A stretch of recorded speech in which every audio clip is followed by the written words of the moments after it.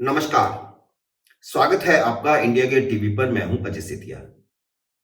मित्रों, यह तो आप सबको मालूम ही है कि इस साल अभी मई में कर्नाटक विधानसभा के चुनाव हो रहे हैं। तो उसके बाद दिसंबर में 3 और विधानसभाओं के चुनाव होने वाले हैं, जो भारतीय जनता पार्टी के लिए बहुत महत्वपूर्ण है। मध्य प्रदेश, छत्तीसगढ़ और राजस्थान। और इन तीनों में भी राजस्थान सबसे ज्यादा महत्वपूर्ण है। तो आज हम राजस्थान की चर्चा करेंगे। विधानसभा चुनावों से ठीक पहले भारतीय जनता पार्टी ने एक ब्राह्मण सीपी जोशी को प्रदेश अध्यक्ष बना दिया है, जो इस समय भाजपा के सांसद भी हैं। एक जमाना था जब राजस्थान की राजनीति में ब्राह्मणों की तूती बोलती थी। राजस्थान की पहली विधानसभा में 60 ब्राह्मण जीतकर आए थे। और उसके बाद एक समय ऐसा आया जब राजपूतों की तूती बोलने लगी, बड़ी संख्या में जीतकर आने लगे। लेकिन आज ना तो ब्राह्मण इतनी बड़ी संख्या में जीतकर आते हैं, ना राजपूत इतनी बड़ी संख्या में जीतकर आते हैं। अब राजस्थान विधानसभा में ओबीसी का बोलबाला है, और ओबीसी में भी जाटों का बोलबाला है। वैसे उस जमाने की हम बात करें तो उस जमाने में राजस्थान में पहली विधानसभा में 60 ब्राह्मण जीतकर आए थे, तो सारे देश में भी उस समय ब्राह्मणों की तूती बोलती थी, क्योंकि उस समय दूसरी जातियां राजनीतिक तौर पर इतनी जागरूक नहीं थी। कांग्रेस ने 1952 के पहले लोकसभा चुनाव में 41% टिकट ब्राह्मणों को दिए थे, जबकि उस समय ब्राह्मणों की आबादी पूरे देश में सिर्फ 12% थी। बाद में जैसे जैसे दूसरी जातियों में राजनीतिक चेतना आई, स्थिति बदलती चली गई। सिर्फ राजस्थान नहीं, पूरे देश में बदली है। आप देखते हैं इस समय देश में 2 ही ब्राह्मण मुख्यमंत्री हैं, ममता बनर्जी बंगाल में और हेमंत बिस्व शर्मा असम में, एक भाजपा के एक तृणमूल कांग्रेस के। अब राजस्थान में जहां पहली विधानसभा में 60 विधायक ब्राह्मण जीतकर आए थे, इस समय सिर्फ 17 ब्राह्मण विधायक हैं, जबकि जाटों की संख्या 31 है। लोकसभा में भी राजस्थान से 6-7 जाट हमेशा जीतकर आते हैं, जबकि इस समय राजस्थान से ब्राह्मण सांसद एक ही है। इसलिए एक जाट सतीश पूनिया को हटाकर ब्राह्मण को अध्यक्ष बनाने से भारतीय जनता पार्टी को चुनावों में फायदा होगा या नुकसान होगा, यह एक बड़ा सवाल है। और इसे आंकड़ों से हम समझ सकते हैं। राजस्थान में 79% आबादी हिंदू है, 9% मुसलमान हैं और 2% अन्य जातियां, अन्य धर्म के लोग हैं, जिनमें ईसाई भी हो सकते हैं, पारसी भी हो सकते हैं और दूसरे धर्मावलंबी भी हो सकते हैं। लेकिन 79% हिंदू हैं। आप दूसरे धर्मावलंबियों को एक तरफ छोड़ दें, हिंदुओं में अन्य पिछड़ा वर्ग के 51% हैं,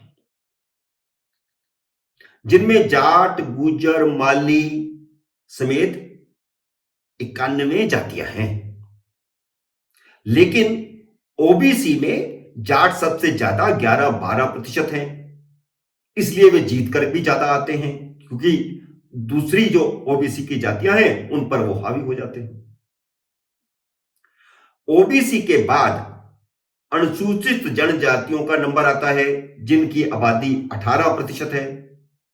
और फिर अनुसूचित जनजाति का नंबर आता है, जिनकी आबादी 13% है। राजपूतों की आबादी 8% के आसपास या उससे कम थोड़ी बहुत, ब्राह्मण 6-7% और वैश्य सिर्फ 4% है। यानी प्रदेश अध्यक्ष पर पहला हक बनता है ओबीसी का, जो हिंदुओं में 51% है। वह जाट भी हो सकता है या कोई गैर जाट ओबीसी भी हो सकता है। इसलिए इस समय कांग्रेस और भाजपा दोनों ने जाट प्रदेश अध्यक्ष बनाए हुए थे। लेकिन भाजपा को जाट इसलिए सूट नहीं करता क्योंकि जाटों और राजपूतों में 36 का आंकड़ा रहता है और राजपूत हमेशा से भाजपा के साथ रहते आए हैं, जबकि जाट ज्यादा कांग्रेस का वोट बैंक बना रहा है।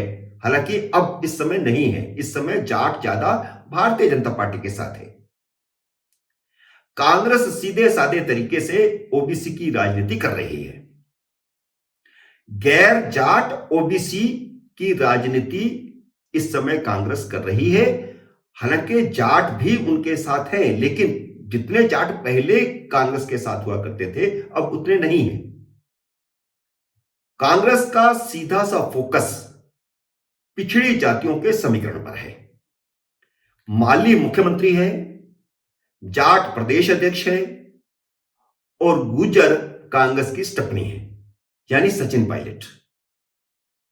भाजपा सभी जातियों को साध कर चलने की रणनीति पर काम कर रही है। राजस्थान में ब्राह्मणों से ज्यादा प्रभाव तो राजपूतों का है।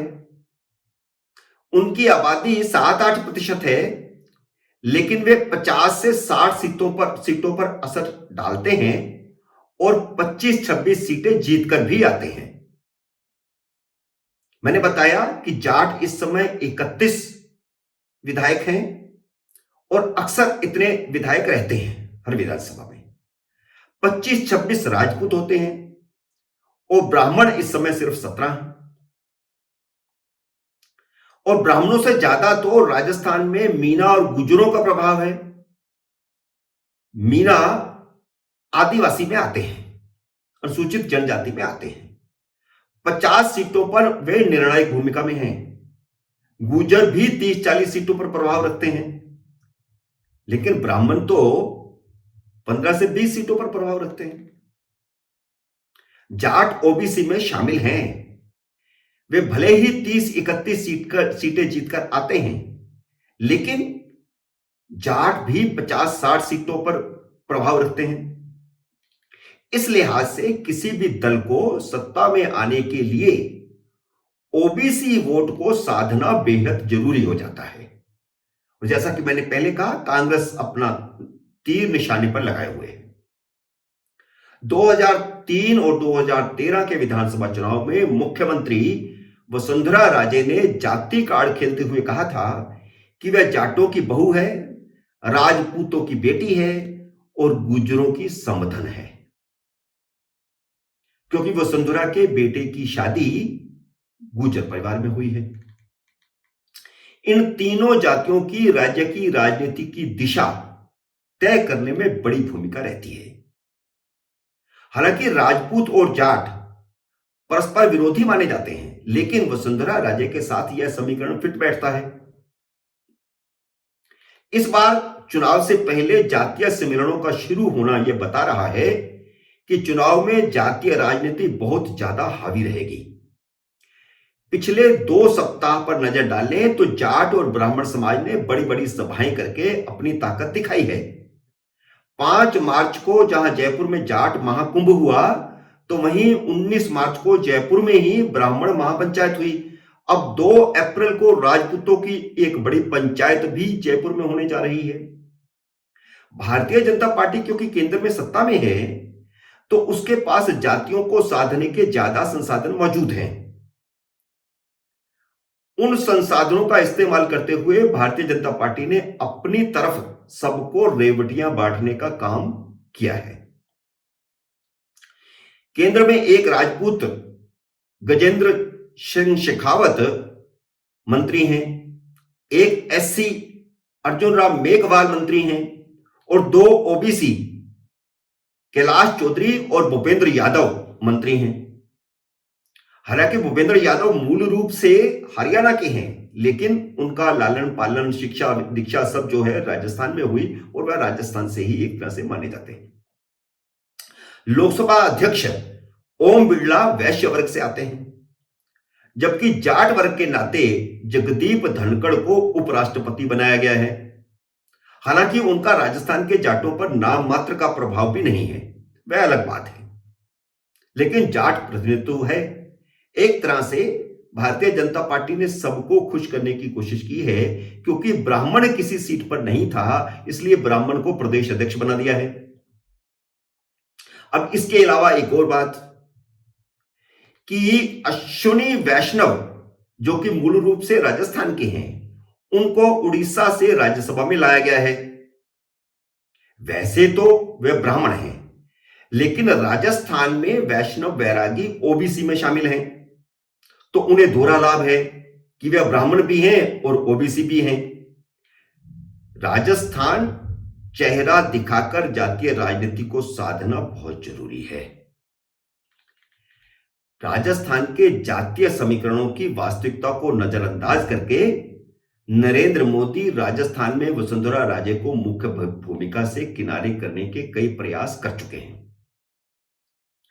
शुरू में उन्होंने ओम माथुर का नाम चलवाया था, फिर कुछ दिन गजेंद्र सिंह शेखावत का नाम चलवाया, बीच बीच में ओम बिड़ला भी अपना नाम चलवाते रहे खुद ही, लेकिन चला कुछ नहीं, हुआ कुछ नहीं। अब अश्विनी वैष्णव का नाम चलने लगा है। अश्विनी वैष्णव को उड़ीसा से राज्यसभा में लाकर फिर उन्हें रेल मंत्री बनाकर नरेंद्र मोदी उन्हें राजस्थान के भावी नेता के रूप में तैयार करने की कोशिश कर रहे हैं, और पूरे देश में प्रचार हो रहा है कि उन जैसा रेल मंत्री कोई नहीं हुआ, तो उनकी छवि को एक तरह से बढ़ाया जा रहा है।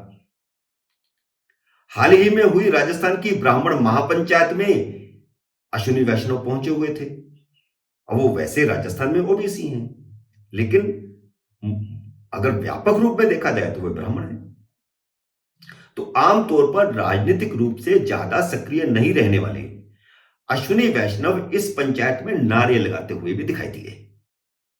उनका यह नया अवतार राजस्थान के सियासी गलियारों में चर्चा का विषय बना हुआ है।